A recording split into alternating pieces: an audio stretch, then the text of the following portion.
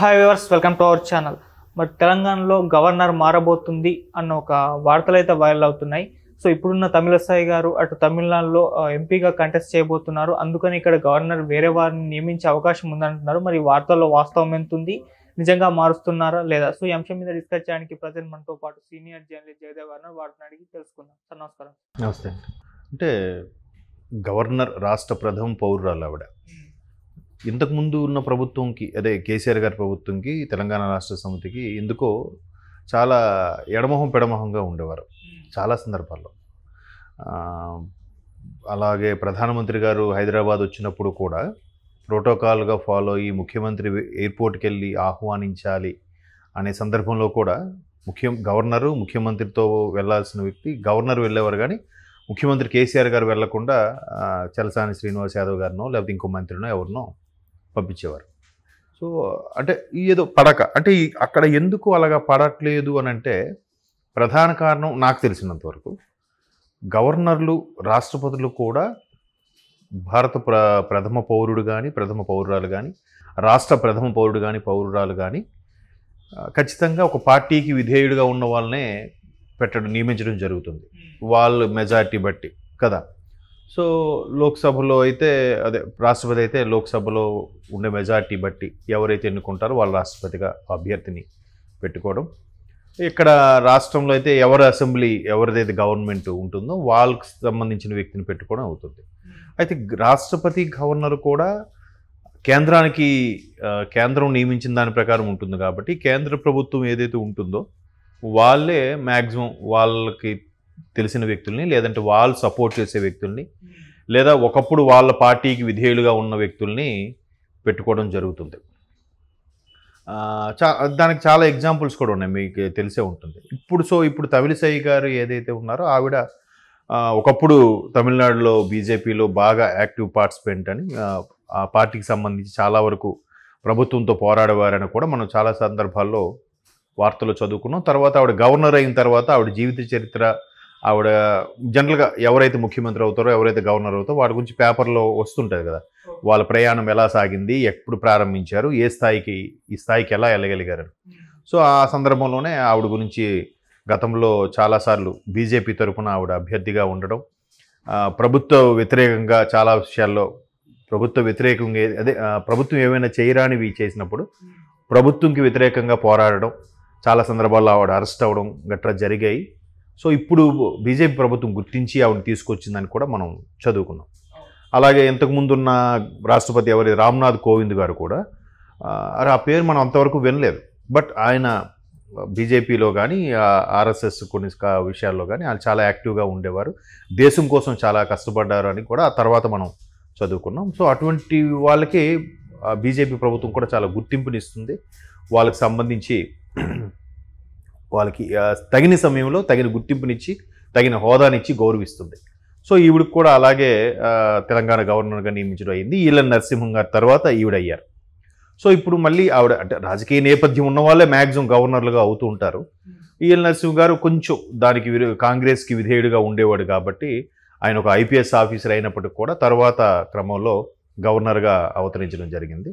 So ఇప్పుడు తమిళసాయి గారు ఏంటంటే ముందు నుంచి రాజకీయ నేపథ్యం ఉన్న వ్యక్తి, బాగా తమిళనాడులో కూడా అగ్రెసివ్ పార్టిసిపెంట్ బీజేపీ తరఫున కాబట్టి. సో ఇప్పుడు రాజకీయాలు వస్తున్నాయి,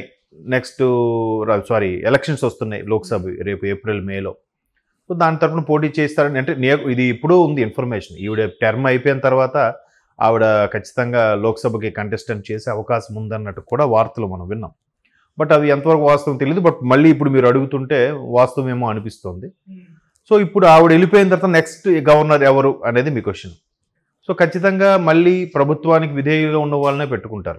ఇప్పుడు కాంగ్రెస్ ప్రభుత్వం స్టేట్లో ఉంది, బట్ సెంట్రల్లో బీజేపీ ఉంది కాబట్టి ఒకసారి గవర్నర్ని నియమించిన తర్వాత 5 ఏళ్ళ వరకు మ్యాక్సిమం చాలా పెద్ద ఇష్యూస్ అయ్యి ఏవైనా చేయకూడని పనులు చేసి ఎట్లాంటి అయితే అప్పుడు రాష్ట్రపతి ఉత్తర్వుల మేరకు మళ్ళీ గవర్నర్ని చేంజ్ చేసే ఛాన్సెస్ ఉంటాయి. చాలా రేర్. నాకు తెలిసి ఇప్పటి వరకు, అంటే నాకు చాలా నా ఏజ్కో తగ్గట్టుగా నా అనుభవం కూడా చిన్నది కాబట్టి అంతగా అప్పటికప్పుడు రాష్ట్రపతిని 5 ఏళ్ళు ఉంచకుండా మార్చేశారు, లేదా గవర్నర్ని 5 ఏళ్ళు టర్మ్ పూర్తి అవ్వకుండానే మార్చేశారు అన్నట్టు నేను ఎప్పుడు వినలేదు, చదవలేదు కూడా ఎక్కడ. సో కాబట్టి నెక్స్ట్ బీజేపీ ఉంది కాబట్టి బీజేపీ వాళ్ళే మళ్ళీ ఇక్కడ ఎవరో ఒకరిని వాళ్ళకి అభ్యర్థిని నియమిస్తారు. వాళ్ళే గవర్నర్గా ఉంటారు. మేబీ అది కాంగ్రెస్కి ఫేవర్గా ఉంటారా ఉండరా అనేది విషయం పక్కన పెడితే, కాంగ్రెస్ తరఫున అభ్యర్థిగా ఉండే ముఖ్యమంత్రి రేవంత్ రెడ్డి గారు అనే వ్యక్తి నెక్స్ట్ రాబోయే గవర్నర్ ఎవరైతే ఉన్నారో వాళ్ళతో మెయింటైన్ చేసే ర్యాపో బట్టి ఉంటుంది. గవర్నర్ ఏంటంటే జనరల్గా చాలామంది అంటుంటారు, మ్యాక్సిమం గవర్నర్ పవర్ అంతా గవర్నర్ గారి దగ్గర ఉన్న అధికార వ్యవహారాలు అడ్మినిస్ట్రేషన్ అంతా చూసుకునేది ఈ పరిపాలన ముఖ్యమంత్రి గారు మంత్రులు కాబట్టి. గవర్నర్ మొదటి పౌరుడైనా కానీ అంత ప్రాధాన్యత ఉండదు వీళ్ళకే అన్నట్టుగా మనం చాలా పుస్తకాల్లో వేరే స్టాంపు పేరుతో కూడా ప్రస్తావిస్తుంటారు. సో ఇక్కడ కూడా గవర్నరు నెక్స్ట్ బీజేపీ తరఫున మళ్ళీ గవర్నర్ ఎవరు వచ్చినా కానీ ఖచ్చితంగా ముఖ్యమంత్రి రేవంత్ రెడ్డి గారికి ఫేవర్గా ఉండొచ్చు. ఎందుకంటే రేవంత్ రెడ్డి గారు తమిళిసై గారితో కూడా చాలా మంచి ర్యాపో మెయింటైన్ చేశారని మనం చూడవచ్చు. మన ప్రమాణ స్వీకారం వచ్చినప్పుడు కూడా చక్కగా అక్కడికి వెళ్ళి ఆహ్వానించాల్సిన అవసరం లేదు. డోర్ దగ్గరికి వెళ్ళి మరి స్టేజ్ మీద ఉండగా ఎదురెళ్ళి పిలిస్తే సరిపోతుంది. బట్ కార్ డోర్ వరకు వెళ్ళి ఆహ్వానించి మంచి రెస్పెక్ట్ ఇచ్చారు. ఆవిడ పేరు మీదుగా ప్రమాణ స్వీకారం కూడా జరిగింది. సో ఇప్పుడు కూడా బాగానే ఉంటుంది. పరిపాలన అంతా ముఖ్యమంత్రి కాబట్టి గవర్నర్ ఏంటంటే ఏవైనా కొన్ని బిల్లులు పాస్ అయినప్పుడు గవర్నర్ ఆమోదం అనేది కంపల్సరీ ఉంటుంది కాబట్టి గవర్నర్ ఆమోదం కావాలి కాబట్టి వాళ్ళకి మ్యాక్సిమం ఫేవర్గానే ఉంటారు. మరీ ఓపెన్ అయిపోయి ఒక పార్టీకే ఒత్తాసు పలికేలాగైతే ఉండరు ఏ గవర్నర్ కూడా. చాలా రేరు, అంటే ఒక 1% కూడా ఉండదు అట్లాంటి నేను చూసినంత వరకు. బట్ కొంతమంది గవర్నర్లు ఫేవర్గా ఒక పార్టీకే ఫేవర్గా ఉంటారు, ఈ పార్టీకి ఫేవర్గా ఉండరు. గవర్నరు బీజేపీ అభ్యర్థి అన్నట్టుగా గత ప్రభుత్వంలో చాలాసార్లు విమర్శలు జరిగాయి. అందుకే గవర్నర్ విషయంలో కూడా ఈ ఆఖరికి ముఖ్యమంత్రి కేసీఆర్ గారు రిజైన్ లెటర్ పంపించేటప్పుడు కూడా ఆయన వెళ్లకుండా ఓఎస్డీ గారితో ఇచ్చి పంపించడం, లేదంటే అసెంబ్లీ సమావేశాలు ప్రారంభమైనప్పుడు గవర్నర్ ప్రసంగంతో ప్రారంభం అవ్వాలి, అట్లాంటి గవర్నర్ ప్రసంగం లేకుండా కూడా కొన్నిసార్లు నిర్వర్తించడం గట్రా జరిగాయి. బట్ చాలా రేరుగా ఉంటాయి. ఒకటి ప్రభుత్వానికి గవర్నర్కి మధ్యలో పొరపచ్చాలు వచ్చే అంశాలు చాలా రేరుగా ఉంటాయి. మొన్న జరిగింది. సో ఈసారి ఎవరు వచ్చినా కానీ కేంద్రంలో ఏదైతే ప్రభుత్వం ఉందో ఆ ప్రభుత్వానికి సంబంధించిన వాళ్ళకి ఫేవర్గా ఉన్న వ్యక్తుల్ని, లేదా ఒకప్పుడు పార్టీలోకి పనిచేసి పార్టీకి నమ్మకంగా ఉండే వ్యక్తుల్ని పెట్టే అవకాశాలు ఎక్కువగా ఉంటాయి. సో ఈసారి కూడా బీజేపీ అభ్యర్థే, అంటే బీజేపీలో ఒకప్పుడు పనిచేసిన వాళ్ళు కానీ, లేదా బీజేపీ రాజకీయాల్లో క్రియాశీలకంగా ఉన్న వాళ్ళు కానీ వాళ్ళని తీసుకొచ్చి గవర్నర్గా నియమిస్తారని అనుకుంటున్నాను. సో తమిళిసై గారు నెక్స్ట్ పార్లమెంట్ ఎలక్షన్స్కి పోటీ చేసినా ఆశ్చర్యపోనక్కర్లేదు. అంటే సార్ ఇప్పుడు గవర్నర్ గారు పదవి కాలం అయిపోయింది కాబట్టి మారుస్తున్నారా, లేకుంటే మీరు అన్నట్టు రేవంత్ రెడ్డి గారితో మంచి ర్యాపో ఉంది, కాంగ్రెస్ ప్రభుత్వంతో మంచి ర్యాపో ఉంది కాబట్టి బీజేపీ ప్రభుత్వం మార్చే ఆలోచనలో ఉంటారు? అంటే అంతకుముందు బీఆర్ఎస్ పార్టీతో అసలు ర్యాపో లేదు, అవును, కాంగ్రెస్ తో ఉంది కాబట్టి లేదండి. కాంగ్రెస్తో ఉంది లేదు అని కూడా మనం చెప్పలేం కదా. అక్కడ ప్రభుత్వం ఏదున్నా కానీ గవర్నర్కి ప్రభుత్వానికి ఎప్పుడు సయోధ్యగానే ఉంటుంది. చెప్పాను కదా, అసలు అసెంబ్లీ సమావేశాలు కూడా మొదటి పౌరుడు ప్రసంగంతోనే ప్రారంభమవుతుంది.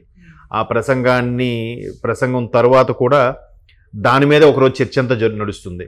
ఆ ప్రసంగం కూడా అక్కడ ఉండే స్థానిక ఏదైతే ప్రభుత్వం ఉందో ఆ ప్రభుత్వం రాసిచ్చిన ప్రసంగాన్నే గవర్నర్ చదువుతారని కూడా ఒక రోమరో అది వాస్తవమో తెలియదు కానీ ఉంది.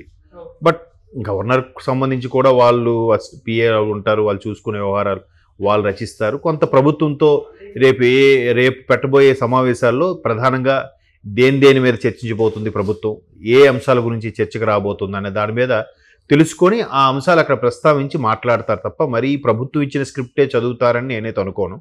చాలామంది ప్రతిపక్షాలు అలాగే విమర్శిస్తుంటాయి, గవర్నర్ కూడా ప్రభుత్వం రాసిచ్చిన స్క్రిప్టే చదివారు అని చెప్పి గవర్నర్ ప్రసంగానికి